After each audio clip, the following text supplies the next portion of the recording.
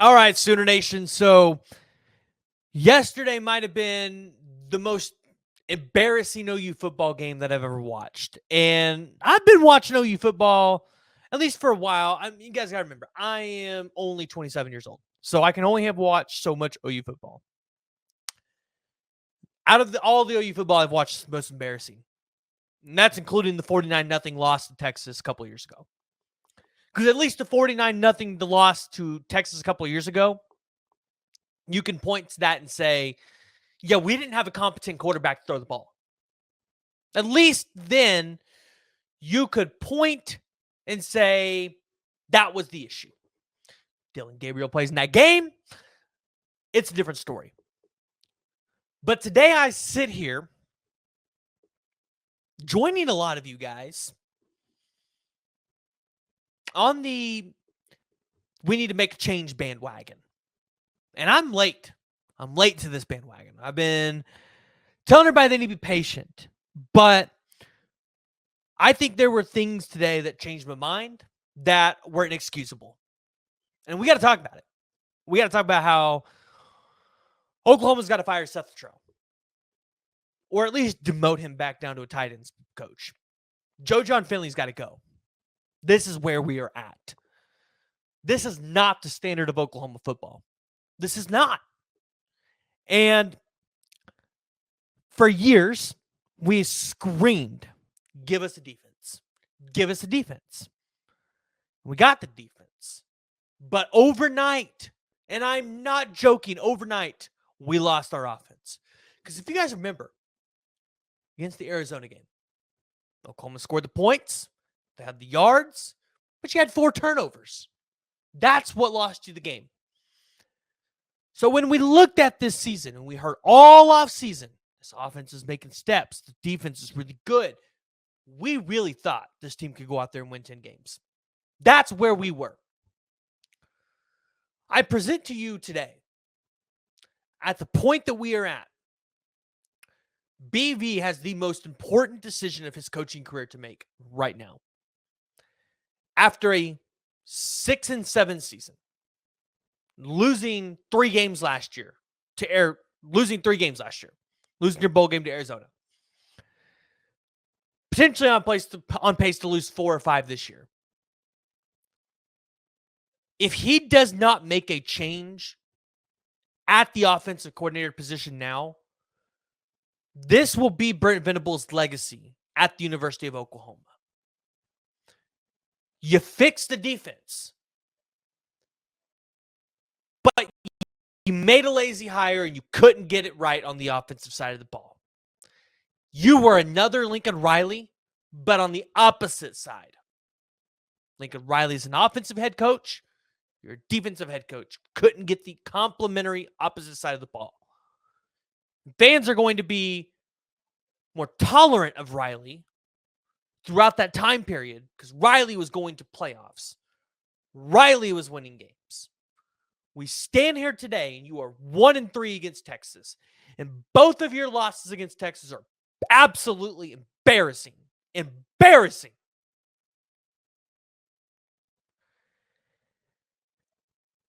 And we go into 2 weeks, and I heard on a post-game show, Travis Davidson talked about how you tried to implement 50 new plays this week into this offense.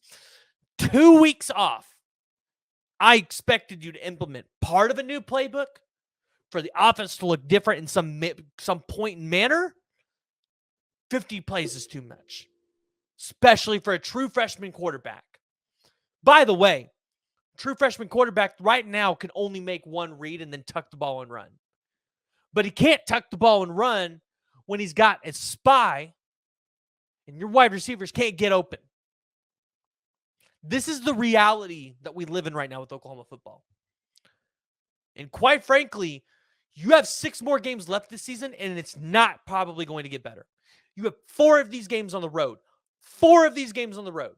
Well, no, 3 of these games on the road because you got Maine at home. 3 of these games on the road. You think you're going to beat Ole Miss. Because I've watched the Ole Miss team.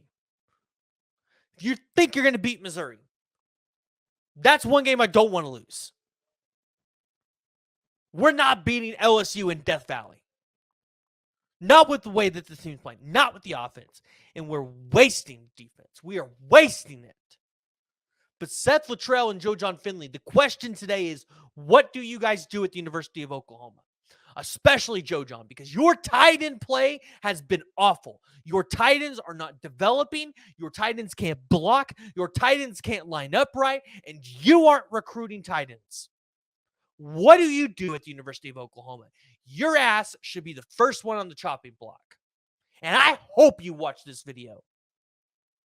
Seth Luttrell, where are the offenses that you had at Indiana, North Carolina, North Texas? Were these the offensive coordinators that were helping you? Were these the assistants that were helping you that got you there? Did you make – I had somebody who was texting somebody today, and I asked him. He's not an OU fan. We're asking him about the Seth Luttrell hire. He told me, I think the Seth Luttrell hire was a lazy hire. Then he asked me this question, and I thought this was a very interesting question, alluding to Seth Luttrell's time back in North Carolina with Mitch Trubisky. Did he make Mitch Trubisky, or did Trubisky make him? That's the question. That's where we're at today. Because I was also told that he went and watched games where Seth Luttrell was the offensive coordinator, and they walked out of that game because it was that bad. And BV has to make a change. And quite frankly, if Lincoln Riley can do it in the middle of the season with Mike Stoops, you can do it right now. It ain't going to be easy because these are your friends. But that's what makes it a lazy hire. And we're seeing it right now. We're seeing it come to fruition. There is no way Seth Luttrell can be your offensive coordinator going into the next season. If Seth Luttrell is your offensive coordinator next season, you are on the hottest seat possible next season. This offense has to be better. You told us when you got to Oklahoma, 3 years was all you needed. 3 years. So I look at the game today, and this is where we need to recap it. Oklahoma got the momentum at the beginning of the game. You got an interception. You were in Texas territory. You missed a field goal. You couldn't even get the ball in the end zone or down to the 20. You missed the field goal. All right, cool. The defense goes out there and gets another stop. That's what you wanted, right? Got to punt the ball. You go out there, you ask your defense again. Do it for me again. They go out there, they get you a third stop at the beginning of the game. You have all the momentum. No. Oklahoma just settles for a field goal, and it is 3-0. At the end of the first quarter, it's 3-0. You feel like this could be a defensive battle. Oklahoma might win this. Texas goes off and rattles off 34 unanswered points. And I'm confused. Because all week, these past 2 weeks, we were told Jacoby Johnson, he's got these packages. We're going to be excited to see him. We got all these young wide receivers in the room. Why are we not seeing more of Zion Kearney get catches? Why is he not getting targeted more? Where's Jaquez Petaway? Why is the running game so absent? These are the questions that we have. This is the questions that we had in today's game. And I know there was some fluky stuff that happened because you had that fumble and Texas ended up getting it in the end zone for a touchdown. You fumbled the ball in back-to-back possessions. Michael Hawkins turned it over, and then Taylor Tatum turned it over. I don't know where to go at this point with the offense. I really don't. And this is why I say it might be time for a change. Because this was embarrassing if you're an Oklahoma fan. This might have been more embarrassing than 49-0 because you had a quarterback out there. And although Michael Hawkins might be a one-read quarterback, he has the arm talent. He has all the potential in the world to be a good quarterback.